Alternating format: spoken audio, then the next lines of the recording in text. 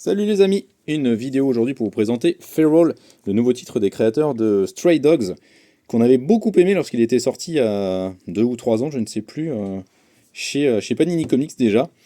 Et donc voilà, Feral c'est le nouveau titre avec un peu eh bien, la même idée et en tout cas la même ambiance derrière. Vous retrouvez aussi, comme pour Stray Dogs, des couvertures variantes qui sont inspirées de films d'horreur, puisque vraiment le film a une grosse vibe film d'horreur. Celle-ci inspirée par l'affiche de The Witch, film d'horreur avec Tanya Taylor-Joy, et celui-ci inspiré par l'affiche de Barbare, excellent film à retrouver sur Netflix ou Disney+, je ne me souviens plus qui a les droits maintenant.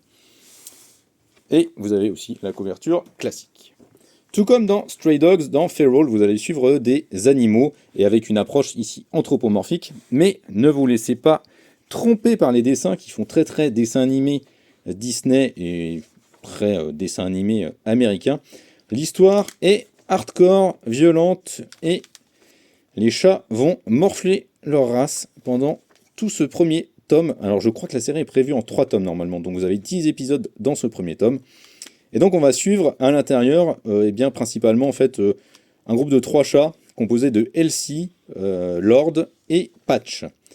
En fait, l'histoire commence alors qu'ils sont dans un camion enfermés. Le camion subit un accident et en fin de compte on va découvrir que eh bien la rage est revenue et les animaux sont contaminés et forcément ils se contaminent les uns les autres. Et donc eh bien ça peut s'apparenter finalement à un film de zombies dans l'ambiance que ça a.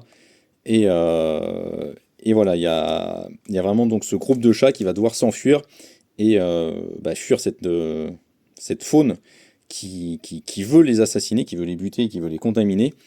Ils vont devoir donc survivre par à peu près tous les moyens possibles imaginables. Ils vont rencontrer d'autres animaux, mais en fait très peu, qui n'ont pas été contaminés par la rage.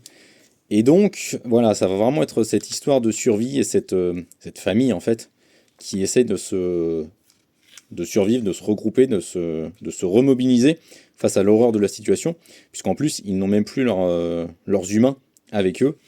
Et donc, voilà, ils vont devoir se protéger, se serrer les coudes les uns les autres.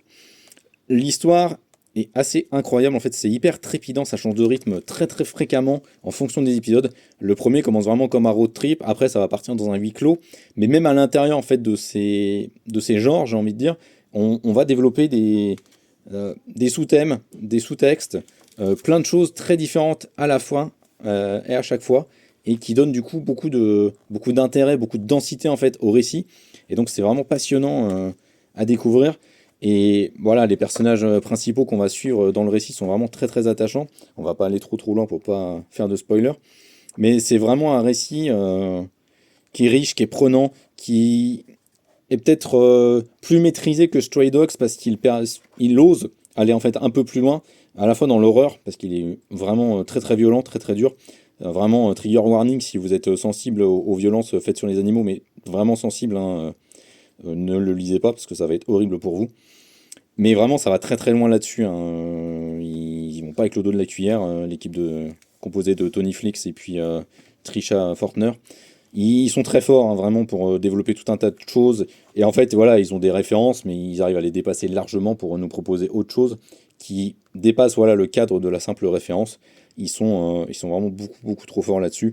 Et moi, j'ai pris une baffe monstrueuse. C'est un immense coup de cœur, Feral, comme l'avait été Stray Dogs à l'époque. Peut-être encore plus, je pense, pour Feral. Alors c'est marrant, c'est pas du tout marqué tome 1, alors que... ouais, bon, c'est marrant. C'est pas du tout indiqué que c'est un tome 1, tiens, je suis en train de me dire, c'est bizarre. Mais voilà, c'est vraiment un tome 1, donc c'est vraiment le début d'une série, ça se finit sur un cliffhanger, donc voilà, on aura la suite. Bon, voilà, on aura la suite si ça se vend bien, évidemment. Mais je vous encourage vraiment à foncer dessus, si vous aimez les récits d'horreur, mais aussi les récits avec... cet esprit de famille, les titres qui sont bien menés, bien rythmés, bien maîtrisés à chaque fois, franchement foncez dessus parce que ça vaut largement le coup, c'est très bon, et donc voilà, je vais pas dire qu'on prend son pied parce que quand même c'est un récit qui est assez brutal et dur, mais une excellente lecture et vraiment je vous la conseille énormément. Ciao!